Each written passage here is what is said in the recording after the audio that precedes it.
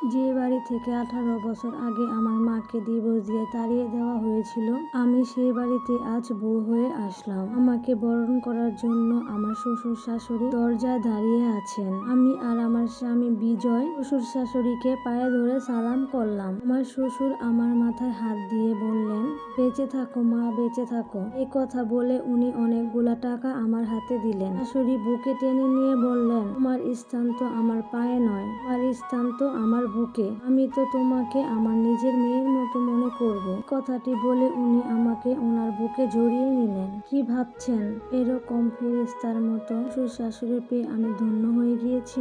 দাঁড়ান, তাদের ভদ্র মুখোশের আড়ালের চেহারায় একটু পরেই টের পাবেন। আমার শ্বশুর আমার শাশুড়িকে বলল, যাও রাবেয়া, ওদেরকে ওদের রুমে নিয়ে যাও।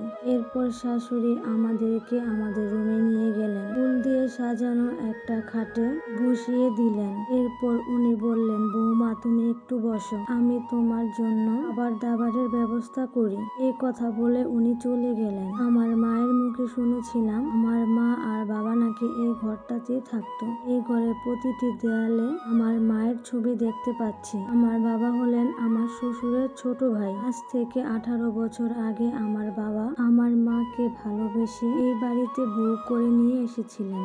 তখন আমার শ্বশুর আর শাশুড়ি ড্রয়িং রুমে বসেছিলেন। আমার বাবার সঙ্গে আমার মাকে দেখে আমার শ্বশুর বললেন, কিরে বাবু, তুই এটা কাকে নিয়ে আসলি? আমার বাবা তখন বলেছিল, ভাইয়া, আমি ওকে বিয়ে করে এনেছি। এরপর মাকে বলল, শোনো, এরা হলো আমার বড় ভাই আর ভাবি, তুমি ওদেরকে সালাম করো। আমার মা যখন ওদেরকে সালাম করতে গেল তখন আমার শ্বশুর নাকি আমার মাকে অনেক ঝাড়ি দিয়েছে। অসম্ভব, রাস্তার একটি মেয়েকে আমার ছোট ভাইয়ের বউ হিসেবে মানতে পারবো না। তখন পাশে থাকা আমার শাশুড়ি আমার শ্বশুরকে বলেছিল, আচ্ছা শুনো, ওরা যেহেতু ভালোবেসে বিয়ে করেছে তাহলে তুমি তাদেরকে মেনে নাও। এই কথা শুনে আমার শ্বশুর মেনে নিয়েছিল। আমার শ্বশুর সব সময় আমার শাশুড়ির কথায় উঠেন আর বসেন, উনি ওনার কথা ছাড়া এক পাও নড়েন না। তারপর আমার মা আমার শ্বশুর শাশুড়িকে সালাম করে এই রুমে এসেছিল। এরপরে আমার শ্বশুর আমার শাশুড়িকে টানতে টানতে রুমে নিয়ে গিয়ে বলল,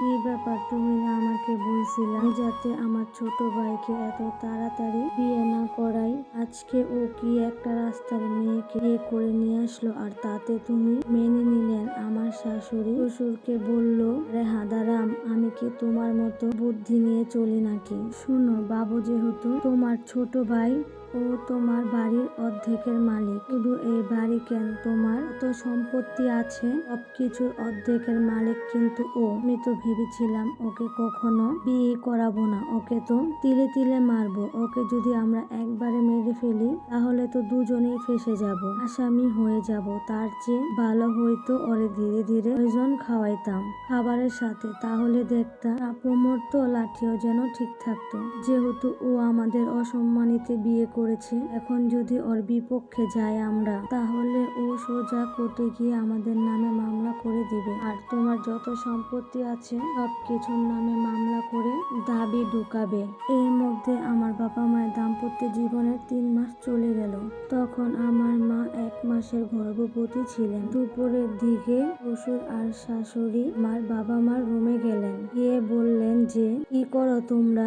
তখন আমার বাবা বলছিল, তোমরা কেন কষ্ট করে আমার রুমে আসলা? আমাকে ডাকলে তো আমি নিজেই যেতাম। তখন আমার শ্বশুর কিছু বলতো তার আগে আমার শাশুড়ি বলে উঠলো, তোমরা যেহেতু নতুন নতুন বিয়ে করেছো, তাছাড়া তোমার বউ 1 মাসের গর্ভবতী, তাই তো তার বেশি নড়াচড়া করার ঠিক হবে না। তাই তো তোমার ভাই আর আমি বাধ্য হয়ে তোমাদের রুমেই আসলাম। তখন আমার বাবা বলল, কি ব্যাপার ভাবি, কোনো সমস্যা হয়েছে কি? তখন আমার শাশুড়ি বলল, আগে তো আমরা 4 জন ছিলাম, আমি, তোমার ভাই বিজয় আর তুমি। এরপর তোমার বউ আসলো, 5 জন হলাম। এখন যদি আল্লাহ রহমত করে তাহলে আমরা কয়েকদিন পর 6 জন হয়ে যাব। দুদিন পরে তোমার ঘরে ফুটফুটে একটা সন্তান আসবে, তখন তো সংসারের খরচ আরো বেড়ে যাবে। তোমার বিজয়কেও মানুষ করতে হবে, তোমার সন্তানকেও তো সুন্দরভাবে মানুষ করতে হবে, তাই না? তাই বলছিলাম কি, তুমি যদি বিদেশ গিয়ে টাকা পয়সা ইনকাম করতে, তাহলে দেখতা তোমার সন্তান আর আমার সন্তান নিয়ে কোনো টেনশনই করতে হবে না। আর তাছাড়া তো আমার শ্বশুর মশাই মারা যাওয়ার সময় তোমাদের 2 ভাইয়ের জন্য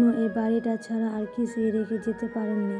তোমার ভাইও তো হার্টের রোগী, কোনো কাজ করতে পারে না। তখন আমার বাবা বলেছিল, আচ্ছা ভাবি, আমি না হলে বিদেশে গেলাম, কিন্তু তো টাকা কোথায় পাবো? তখন আমার শাশুড়ি বলেছিল, এটা নিয়ে তোমাকে চিন্তা করতে হবে না ভাই, আমার কিছু জমানো টাকা আছে, দরকার পড়লে আমার গহনা যা আছে সব আমি তোমার হাতে তুলে দিব, তুমি তোমার সময় মতো আমাকে আবার গড়ে দিও। এদিন আমার বাবার ভাই ভাবির মুখে কম মিষ্টি কথা শুনে তাদের পিছনে লুকানো কথাগুলো বুঝতে পারেনি। তার অনিচ্ছা থাকা সত্ত্বেও মাকে এই অবস্থায় দেশে রেখে বিদেশে পাড়ি জমালো। বিদেশ যাওয়ার সময় আমার বাবা আমার মাকে আর ভাবির হাতে দিয়ে বললেন, ভাবি, তোমাদের কথা মতোই বিদেশে যাচ্ছি, যাওয়ার সময় আর আমানত তোমাদের হাতে রেখে গেলাম, আমার স্ত্রী আর আমার অনাগত সন্তানকে। তখন আমার বাবার ভাবি বললেন, এ নিয়ে তোমাকে কোনো চিন্তাই করতে হবে না, তুমি শুধু বিদেশে গিয়ে টাকা পয়সা রোজগার করো, আমার সন্তান আর তোমার সন্তানের সুন্দর একটা ভবিষ্যৎ গড়ে দাও, এতটুকু। আর একটা কথা বলি, আমার স্বামী যে বিজয়, সে কিন্তু বাড়িতে থাকতো না, যে ছোটবেলা থেকে নানা বাড়িতেই থাকতো, সেখানে পড়াশোনা করতো। আমার মা তো এসব কোনো প্ল্যানই বুঝতে পারেনি। বাবা বিদেশে যাওয়ার 4 মাস পর আর তখন 5 মাসের অন্তঃসত্ত্বা ছিল। হঠাৎ একদিন উনি রাতের বেলা ঘুমিয়েছিলেন, হঠাৎ করে ঘুম ভেঙে দেখেন আর শ্বশুর শাশুড়ি চিৎকার করতেছে আর ফোনে ভিডিও করতেছে, পাশে তার ছেলে শুয়ে আছে। আমার মা ঘাড় ফিরিয়ে দেখে পাশার যে কাজের ছেলেটা আর পাশে শুয়ে আছে। আর তো তখন উঠে দাঁড়ালো। তখন আমার শাশুড়ি মাকে বলল, উঠে দাঁড়ানোর কি দরকার? আর স্বামীকে তুমি বিদেশে পাঠিয়ে দিয়ে এখন অন্য ছেলের সাথে শুয়ে আছো, কি করেছো আমরা কিছু বুঝি না, আমরা অন্ধ? আমার ভাই বিদেশে গেছে মাত্র 4 মাস, এর মধ্যে তুমি নিজেকে আর কন্ট্রোল করতে পারলা না? এই ভিডিও তোমার স্বামীর কাছে পাঠিয়ে দিব, তারপর দেখবো ও এর কি বিচার করে। পাশ থেকে আমার শ্বশুর বলল, এক কাজ করো, তুমি ওর ফোনটা আগে কেড়ে নাও, না হলে আমার ভাইয়ের কাছে ফোন দিয়ে কান্নাকাটি করে আমার ভাইয়ের মনটা আবার গড়িয়ে ফেলবে। তখন আমার শাশুড়ি আমার মায়ের কাছ থেকে ফোনটা কেড়ে নিল, যাতে করে মা বাবার সাথে কোনো যোগাযোগ করতে না পারে। পরের দিনে মা জায়নামাজে বসে কোরআন শরীফ পড়ছিল, এমন সময় আমার শ্বশুর শাশুড়ি গিয়ে একটা ডিভোর্স লেটার সামনে ছুঁড়ে দিয়ে বলেন, কোরআন শরীফটা তোমার বাপের বাড়ি গিয়ে পড়ো, এই নাও, আমার দেবর তোমাকে ডিভোর্স লেটার পাঠিয়েছে বিদেশ থেকে। এ কথা শুনে তো মার মাথায় আকাশ ভেঙে পড়ল। তখন আমার শ্বশুর আমার মাকে বলল, এ করার সময় বাবু নাকি তোমাকে 1 লক্ষ টাকার দেনমোহর লিখেছিল, যেটা 50,000 টাকা উশির তুলছিল আর 50,000 টাকা বাকি ছিল, এই নাও 50,000 টাকা আর আমার ঘর থেকে তাড়াতাড়ি বিদায় হও। মা তখন